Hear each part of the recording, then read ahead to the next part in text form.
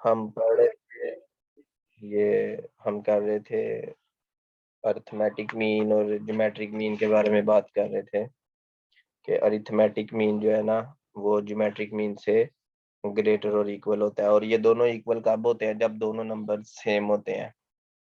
ठीक है, उसके बाद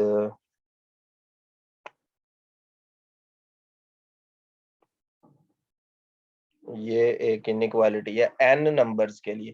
तो जितने नंबर्स होते हैं, मतलब हमारे पास n नंबर्स है ना, रियल नंबर्स, तो n नंबर्स का nth रूट nth जो है ना, ये रूट फाइंड करते हैं इसका। तो हमेशा जो ज्योमेट्रिक मीन है ना वो लेस रहेगा उससे, अरिथमेटिक मीन से लेस और इक्वल रहेगा।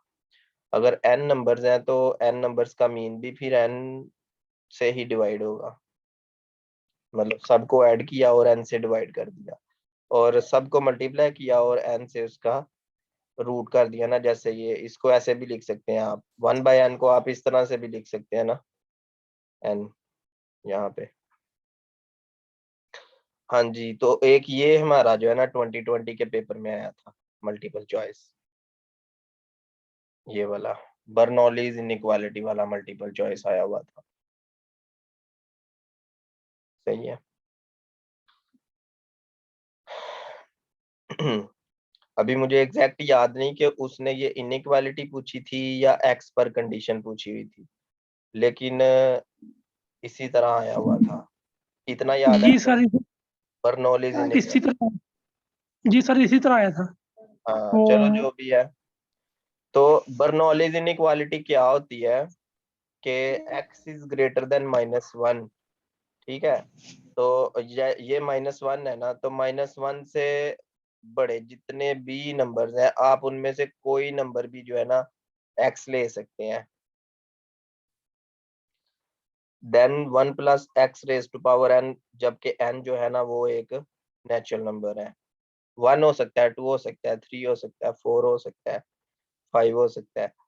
तो ये जो इनइक्वालिटी है ना वो हमेशा ग्रेटर और equal to 1 plus n times x, ये हमेशा जो है ना होल्ड करेगी। इसको बर्नौलीज इनइक्वालिटी कहते हैं, आपने इसको याद रखना है।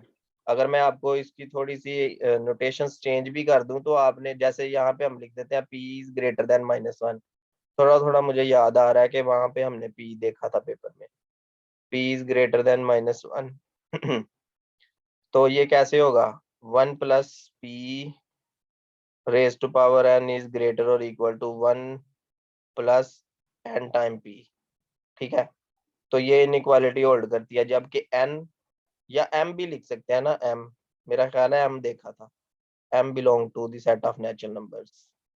n की जगह आप z प्लस भी लिख सकते हैं ना, पॉजिटिव इंटीजर्स भी लिख सकते हैं। तो ये आप देखें, अभी तक 2 मल्टीपल चॉइसेस इस बुक में से हम देख चुके हैं जो 2020 के पेपर में आए हुए हैं। सही है, आगे चलते हैं। अच्छा जी, एब्सोल्यूट वैल्यू आ जाती है, absolute value and real line. इस टॉपिक में, इस सेक्शन में हम 2 टॉपिक्स को देखेंगे। सबसे पहले एब्सोल्यूट वैल्यू देखते हैं। एब्सोल्यूट वैल्यू किसी भी नंबर की जो होती है ना वो a मॉड, ये एब्सोल्यूट वैल्यू होती है। ये a के इक्वल कब होता है? जब नंबर ग्रेटर देन 0 हो। ये 0 के इक्वल कब होता है? जब नंबर खुद 0 हो। और ये -a के इक्वल कब होता है? जब a लेस देन 0 हो। नेगेटिव होगा तो एब्सोल्यूट वैल्यू -a होगी। सर एक क्वेश्चन था इधर। जी। सर ऐसा क्यों है, अगर हम माइनस से पुट करते हैं मॉड वैल्यू में और हमें पॉजिटिव आंसर आता है, क्यों? हाँ मैं बताता हूँ ना आपको। देखें ना, मिसाल के तौर पे एफ ऑफ एक्स जो है वो एक्स मॉड एक फंक्शन है। एब्सोल्यूट वैल्यू, अगर इसकी एप्लीकेशन देखा जाए ना तो सबसे बड़ी एप्लीकेशन टाइम है। ठीक है ना, टाइम क्या होता है? हमेशा एब्सोल्यूट होता है। आप ये तो नहीं ना कहते, आप 2 दिन पहले भी, अगर 2 दिन पहले की भी बात करें तो आप ये तो नहीं ना कहते कि -48 आवर्स, -48 आवर्स जो है तब मैंने ये काम किया। आप यही कहते हैं 2 दिन पहले ये काम किया। तो टाइम नेगेटिव तो नहीं ना हो सकता, या जीरो होता है या पॉजिटिव होता है। तो इसलिए एब्सोल्यूट फंक्शन डिफाइन किया गया ना, जैसे -8 है। तो अब देखें ये वर्क कैसे करता है। एफ ऑफ -8 है ना, अब आप यहाँ से -8 का अंदाजा लगाएं कि -8 इज लेस देन 0। तो हमने देखा था कि ए मॉड जो होता है वो -a के इक्वल होता है, अगर ए क्या हो, लेस देन 0 हो। ठीक है जी। तो अब यहाँ पे हमने ए की जगह पे -8 पुट करना है। आप देखो माइनस आ गया ना, ये वाला माइनस आ गया, ये वाला, और ए की जगह पे आ गया -8। तो ये बाद में किस में चेंज हो गया, 8 में चेंज हो गया। तो जब आप -8 पुट करते हैं ना मॉड में, तो वो 8 किस तरह आता है, इस तरह आता है ना, कि कोई भी नंबर अगर लेस देन 0 है तो वो -a के इक्वल है, मतलब a is less than 0, so a mod is equal to -a। अब देखो -8 is less than 0, so -8 mod is -8, तो वो 8। और इसका अगर ग्राफ देखा जाए, अगर एफ ऑफ एक्स जो आपके पास है एक्स मॉड के इक्वल है, तो इसका ग्राफ क्या होगा। पॉजिटिव वैल्यूज के लिए देखो ना, एफ ऑफ एक्स जो है वो एक्स मॉड है, और एक्स मॉड क्या होता है, एक्स के इक्वल होता है अगर वो ग्रेटर देन 0 हो। ठीक है, 0 होता है अगर वो खुद 0 हो। तो 0 पे तो 0 आ गया, ये मैंने यहाँ पे जो है ना ब्लू ब्लू डॉट लगा देता हूँ, 0 पे 0 है। अब जैसे जैसे एक्स इंक्रीज हो रहा है, एफ ऑफ एक्स जो है वो वाई है, वाई और एक्स की वैल्यू सेम आ रही है पॉजिटिव नंबर्स के लिए।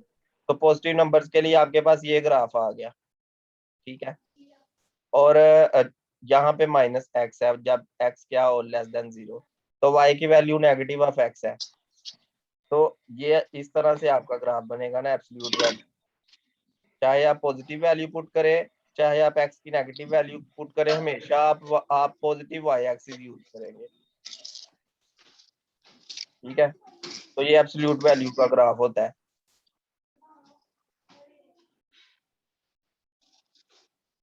अब एब्सोल्यूट वैल्यू का ना एक थ्योरम आ जाता है। तो वो कह रहा है दो नंबर्स हैं, उनकी एब्सोल्यूट वैल्यू क्या होती है, वो सेपरेट सेपरेट हो जाती है। A B mod is equal to A mod B mod. उसके बाद ए मॉड का आप स्क्वायर करें या आप ए का स्क्वायर, एक ही बात है। उसके बाद कह रहा सी इज ग्रेटर देन और equal to 0, then A mod is less और equal to C. Mike off कर ले जरा। ठीक है, इफ एंड ओनली इफ। अब यहां से ना, यहाँ से ये इम्प्लाई करता है -c इज लेस और equal to a is less और इक्वल टू c। आपने इसको इस तरह से सॉल्व किया था ना, a mod इज लेस और इक्वल टू c, देन इसका नेगेटिव -c इज लेस और equal to a is less और इक्वल टू c। ये इनइक्वालिटी होल्ड करती है। इस तरह के मल्टीपल चॉइसेस छोटे छोटे आ जाते होते हैं।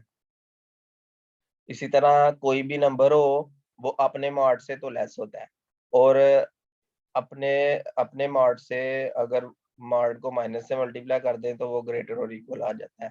तो ये जो तीनों इनइक्वालिटीज है ना, ये होल्ड करती हैं किसी भी रियल नंबर के लिए।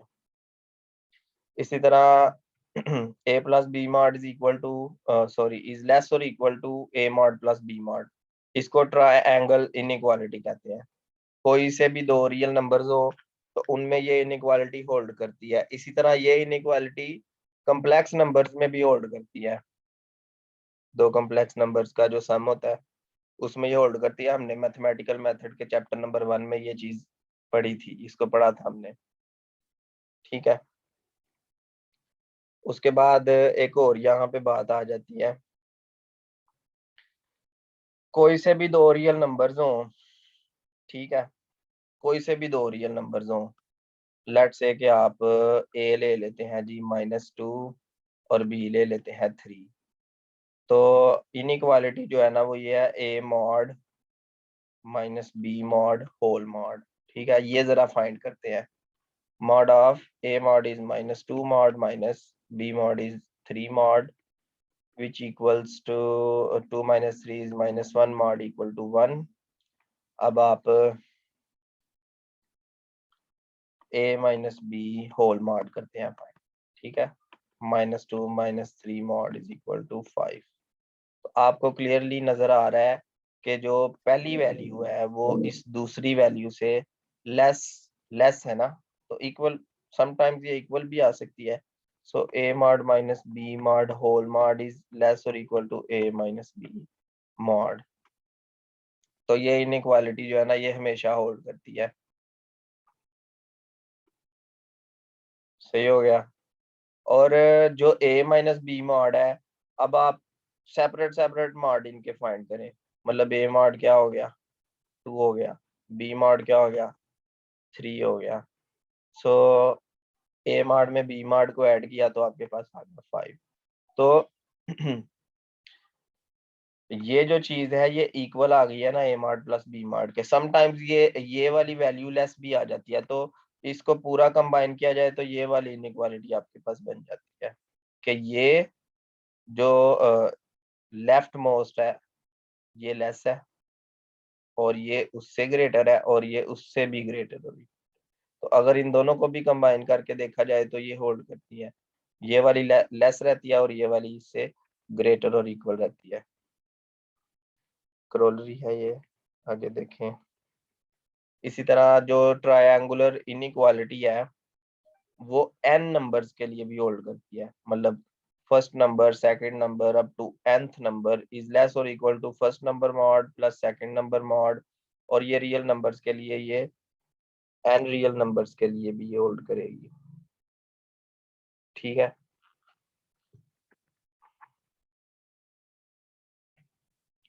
बाकी इनइक्वालिटीज को सॉल्व तो करना नहीं, आगे चलते हैं।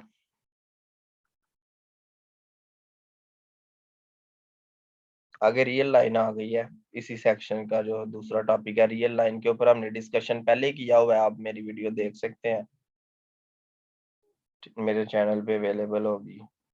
रियल लाइन पे डिस्कशन किया था।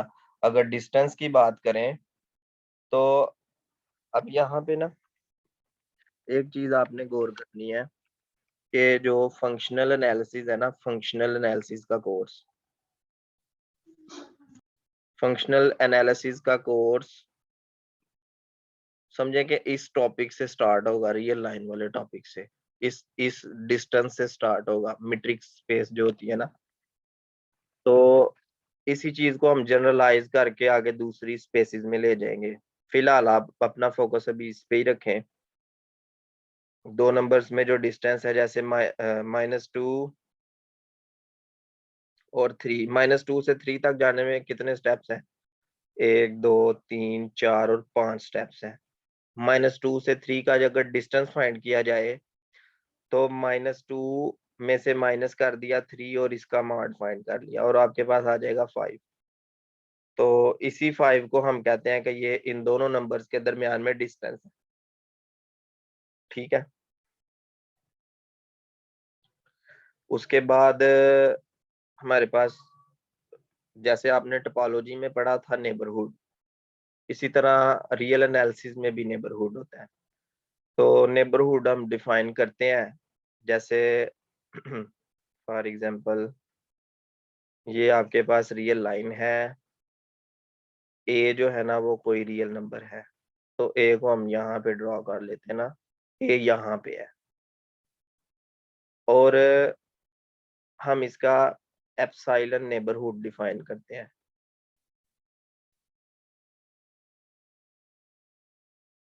एप्सिलॉन इज ग्रेटर देन 0, तो ए में इसको ऐड किया तो ये ए प्लस एप्सिलॉन आ गया, और ए में से माइनस किया तो ये यहाँ पे आ गया ए माइनस। तो अब ए माइनस एप्सिलॉन से लेके ए प्लस एप्सिलॉन के दरमियान जितने भी नंबर्स हैं, ये सारे नंबर्स, ठीक है, ये सारे नंबर्स क्या होंगे, ये सारे नंबर्स इस ए का नेबरहुड होंगे। और आपने याद रखना है कि जो नेबरहुड होता है वो हमेशा एक सेट होता है, एक पॉइंट नहीं होता। नेबरहुड एक सेट होता है, सेट ऑफ पॉइंट्स। तो हमने क्या किया कि वो तमाम एक्स जो रियल नंबर्स है से आ रहे हैं वो उठा लिए। अब एक्स पे क्या कंडीशन है, अब आप ये देखें अगर आप ए से लेकर यहाँ तक डिस्टेंस फाइंड करना चाहते हैं, अभी मैंने आपको बताया था कि डिस्टेंस कैसे आएगा, एक पॉइंट में से दूसरा पॉइंट माइनस करके आप मार्क फाइंड कर लें। तो जैसे ए से लेकर ए प्लस एप्सिलॉन तक डिस्टेंस फाइंड करना है, तो ए में से माइनस कर दिया ए प्लस एप्सिलॉन और इसका मॉड कर लिया, तो आपके पास क्लियरली ये एप्सिलॉन के इक्वल आ रहा है। तो जाहिर है ए में जब एप्सिलॉन ऐड कर रहे हैं तो ए प्लस एप्सिलॉन आ रहा है ना आपके पास, और ए में से माइनस कर रहे हैं तो उतना ही आप लेफ्ट साइड पे आ रहे हैं। तो इसका मतलब है कि ए से ए प्लस एप्सिलॉन तक जो डिस्टेंस है वो एप्सिलॉन डिस्टेंस है ना। तो अगर आप यहाँ से कोई दूसरा नंबर उठाते हैं, मिसाल के तौर पे आप यहाँ से इसको आप एक्स कह रहे हैं, तो जाहिर है ए और एक्स का डिस्टेंस हमेशा इस एप्सिलॉन डिस्टेंस से लेस होगा। तो आप ये कह सकते हैं कि distance between A and x is always less than epsilon. ठीक है, हमने वो वाले एक्स उठा लिए जिनका डिस्टेंस जो है ए से, जो डिस्टेंस का आंसर आएगा वो लेस आएगा एप्सिलॉन से। तो जितने भी एक्स होंगे जो इस डिस्टेंस वाली कंडीशन को सेटिस्फाई कर रहे होंगे, वो क्या होंगे, वो जो सेट होगा वो नेबरहुड होगा, एप्सिलॉन नेबरहुड होगा ए का। ठीक है, तो इसको हम इस तरह से लिख सकते हैं। अब यहाँ पे अब देखें ना, उसने मॉड यूज किया, तो डिस्टेंस जाहिर है रियल नंबर्स का डिस्टेंस जो होता है वो मॉड होता है। इसको आप ऐसे भी लिख सकते हैं, x belong to r such that, तो a और x का जो डिस्टेंस होगा mod of x minus a आ जाएगा, इज लेस देन एप्सिलॉन।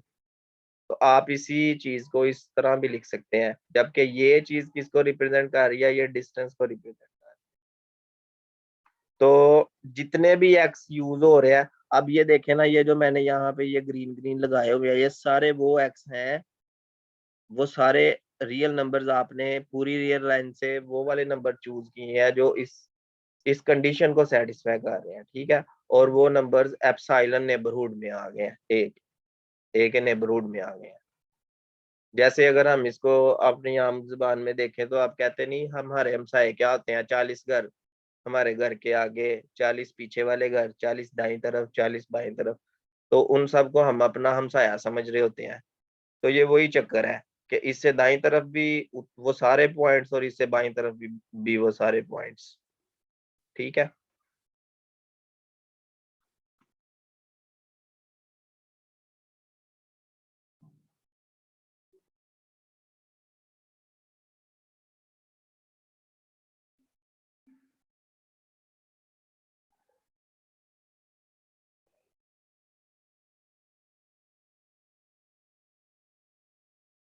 बस ये नेबरहुड की डेफिनेशन आपको आनी चाहिए थी। इसी तरह ना एक्सरसाइज में 20 से 30% नॉलेज एक्सरसाइज में पड़ा होता है। जैसे ये पहला क्वेश्चन आप देखें, तो इसमें ये जो चीज है ना ये होल्ड करती है, ये आपने याद रखना है। A over B mod equal A mod over B mod, मतलब A over B mod equal to A mod separate और बी मार्ड सेपरेट। ठीक है, तो ये एक्सरसाइज में भी आपको मिल जाएगी।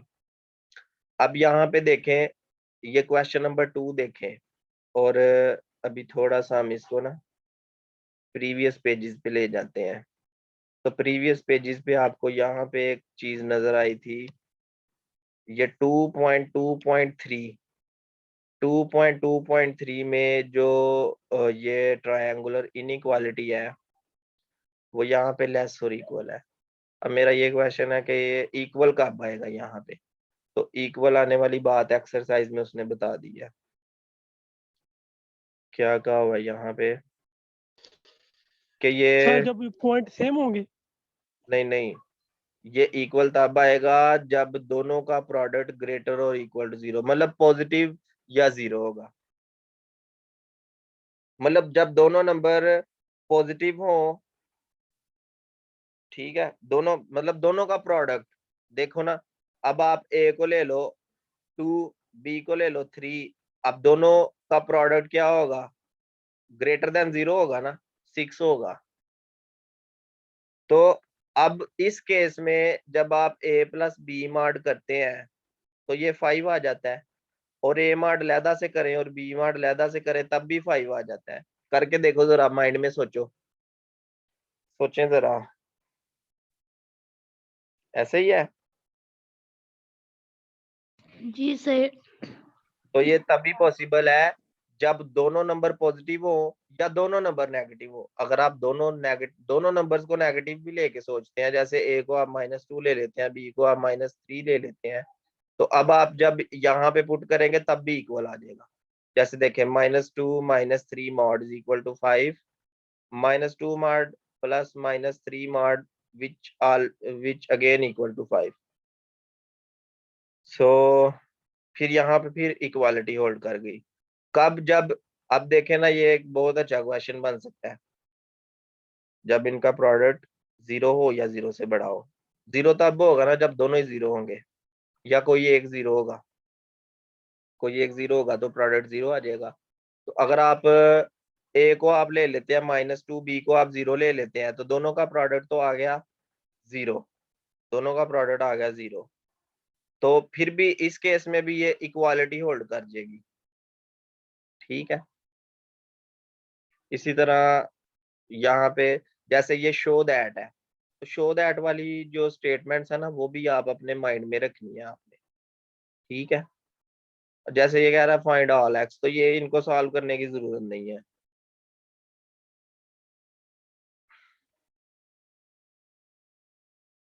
ठीक हो गया।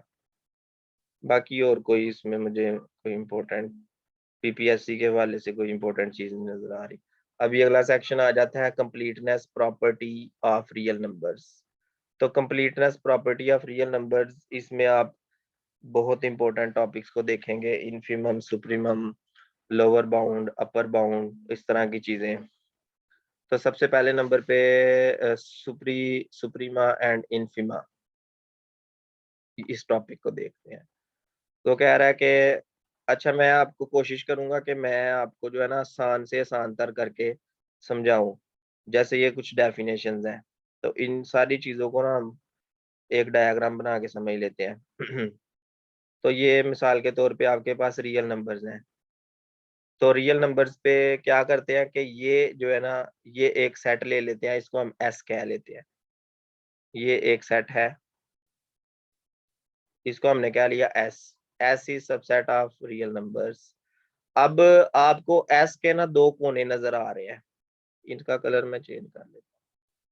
एक आपको कॉर्नर यहाँ पे नजर आ रहा है, एक आपको कॉर्नर यहाँ पे नजर आ रहा है। जो इस सेट के बिल्कुल लेफ्ट साइड पे कॉर्नर है ना, ये इस पॉइंट को हम कहते हैं इनफिमम ऑफ एस, एस का इनफिमम। और इनफिमम को और भी कुछ कहते हैं, वो मैं बाद में बताता हूँ। इस इनफिमम और इससे छोटे जितने भी नंबर्स हैं, ये सारे नंबर्स, ठीक है ना, ये जो सारे नंबर्स हैं ये होंगी लोअर बाउंड्स ऑफ एस, ठीक है। इसी तरह ये जो इस कॉर्नर पे पॉइंट पड़ा हुआ है, इस कॉर्नर पॉइंट को हम कहते हैं, ये जो पॉइंट है सुप्रीमम ऑफ एस, ठीक है। सुप्रीमम का जो मीनिंग होता है वो यही होता है कि वो सबसे बड़ा नंबर होता है, और इनफिमम का मतलब होता है सबसे छोटा नंबर। और इस पॉइंट को मिला के और इसके बाद जितने भी पॉइंट्स हैं वो सारे होंगे अपर बाउंड्स किसके, ये जो सेट है एस, ठीक है, अपर बाउंड्स ऑफ एस। अब अगर लोअर बाउंड्स की बात की जाए, जैसे ये सारे ही लोअर बाउंड्स हैं, तो लोअर बाउंड्स आपको माइनस इन्फिनिटी से लेके यहाँ तक नजर आ रहे हैं सारे। तो यहाँ से लेके यहाँ तक आपको जो सबसे बड़ा नंबर नजर आ रहा है उसको कहते हैं जी ग्रेटेस्ट, ग्रेटेस्ट लोअर बाउंड है ना, मतलब लोअर बाउंड्स में सबसे बड़ा नंबर कौन सा है, तो वो वही नंबर है जो इनफिमम था, इनफिमम ऑफ एस। तो इन सारी लोअर बाउंड्स में से जो सबसे बड़ा नंबर है वो यहाँ पे है, और असल में ये जो नंबर है ये इनफिमम था एस का। तो इस नंबर के अब दो नाम हो गए, पहला नेम हो गया greatest lower bound of S, ठीक है, और इसको इनफिमम एस भी कह सकते हैं। इसी तरह एस की ये जो सारे अपर बाउंड्स थी इन्फिनिटी तक है ना, सारे पॉजिटिव इन्फिनिटी तक, तो इनमें से जो सबसे छोटा नंबर है वो यहाँ पे है। इसके दो नेम है, एक सुप्रीमम है और एक लीस्ट अपर बाउंड है। तो सुप्रीमम के भी इस पॉइंट के भी दो नाम है, बाउंड, ठीक है, लीस्ट अपर बाउंड।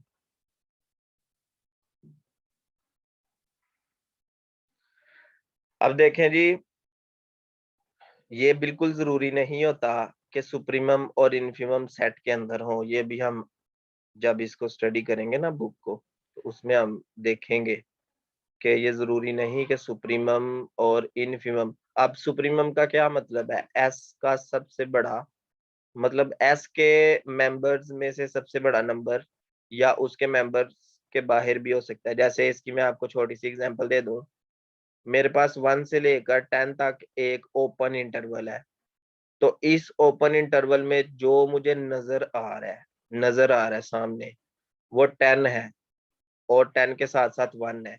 अब 1 जो है वो इस ओपन इंटरवल में तो शामिल नहीं है, लेकिन मुझे नजर आ रहा है कि वो सबसे छोटा नंबर है, लेकिन इसमें शामिल नहीं है।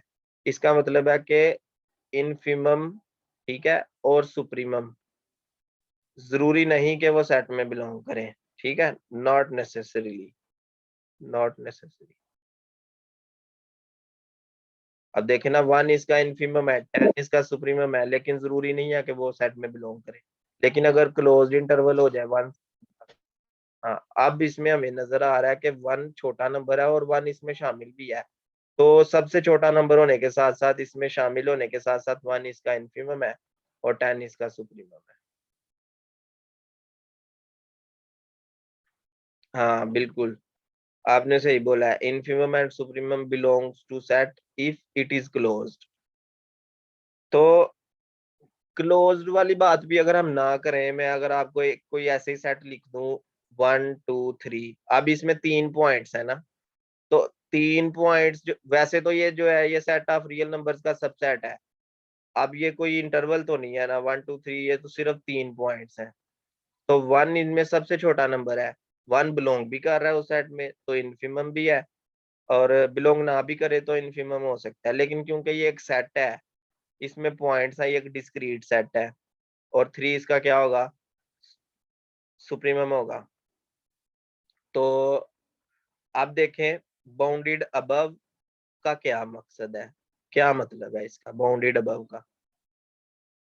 बाउंडेड अबव का ये मतलब है कि अगर किसी सेट का आपको क्या मिल जाए, सुप्रीमम मिल जाए। मिसाल के तौर पे मैं यहाँ पे एक सेट ड्रॉ करता हूँ, माइनस इन्फिनिटी से स्टार्ट हो गया है, यहाँ से लेके तो यहाँ तक 10 तक ये सेट है, मतलब इंटरवल ही ले लेना, माइनस इन्फिनिटी से लेके तो 10 तक मेरे पास एक इंटरवल है। तो ये इंटरवल जो है ये बाउंडेड अबव कब होगा, जब मेरे पास इस इंटरवल का या इस सेट का कोई ना कोई सुप्रीमम होगा। मतलब there exist supremum, if there exist supremum for a set, ठीक है, then we can say that that set is bounded above. अब इसी बात को आप रिवर्स कर ले, अगर हमें कोई ना कोई मिल जाए, इनफिमम किसी भी सेट का, तो हम बोलेंगे then that set is bounded below. तो अगर आपको इनफिमम मिल रहा है तो वो बाउंडेड बिलो है, अगर सुप्रीमम मिल रहा है तो बाउंडेड अबव है। जैसे देखें 7 से लेके ना पॉजिटिव इन्फिनिटी तक एक इंटरवल है, तो अगर इसको हम यहाँ पे ड्रॉ करते हैं तो ये इस 7 से लेके तो ये इन्फिनिटी तक जा रहा है। अब सबसे बड़ा नंबर तो हमें पता नहीं, लेकिन सबसे छोटा नंबर जो है वो इस इंटरवल में बिलोंग नहीं करता, लेकिन हमें नजर आ रहा है कि वो 7 है, तो जो 7 है वो इसका इनफिमम है। तो इनफिमम होने के साथ साथ अगर इनफिमम मिल जाएगा तो वो सेट बाउंडेड बिलो हो जाएगा, ठीक है। और अगर एक सेट बाउंडेड अबव हो और इसके साथ साथ बाउंडेड बिलो हो, ठीक है, तो देन वो सेट क्या होता है, बाउंडेड होता है। ऐसा नहीं है कि एक साइड से वो बाउंडेड अबव है और बाउंडेड बिलो नहीं है तो उसको बाउंडेड नहीं कह सकते, ठीक है।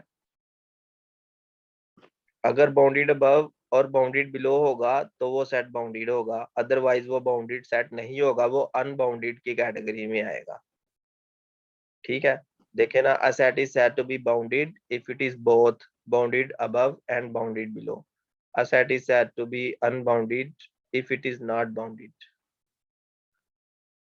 ये उसने समझाने की कोशिश की हुई है। उसने एक सेट एस ले लिया है, यहाँ से लेके ना ये कुछ कुछ उसका पोर्शन, ये सारा एस का पोर्शन है। इसमें सबसे छोटा पॉइंट इनफिमम है, इसी सेट में सबसे बड़ा पॉइंट सुप्रीमम है, सुप्रीमम के बाद जितने भी नंबर्स है वो अपर बाउंड है एस की, और इनफिमम से पहले जितने भी नंबर्स हैं वो सारी लोअर बाउंड्स है एस की। बाकी सुप्रीमम हमने डिफाइन कर दिया, लीस्ट अपर बाउंड भी कहते हैं, इनफिमम भी डिफाइन कर दिया, इसको ग्रेटेस्ट लोअर बाउंड भी कहते हैं। बाकी इसकी जो डेफिनेशन है ना वो आपको करने की जरूरत नहीं है। अगर ज्यादा से ज्यादा भी आपको पूछा गया तो कोई सेट दे देंगे तो आपको कहेंगे जी बताएं इस सेट का सुप्रीमम क्या है या इनफिमम क्या है, या ये पूछ सकते हैं कि इस सेट के लिए सुप्रीमम या इनफिमम सेट में बिलोंग करना जरूरी है या नहीं, तो वो भी हमने बताया था कि जरूरी नहीं होता।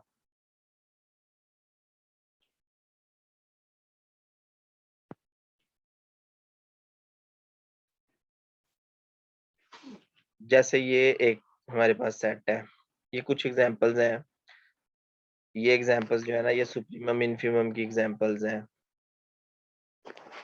अब वो कह रहा है एक सेट आपके पास S1 है, has a finite number of elements. तो एक सेट S है, इसमें कुछ एलिमेंट्स हैं, मतलब S1 S2 S3 से लेके ना Sn तक।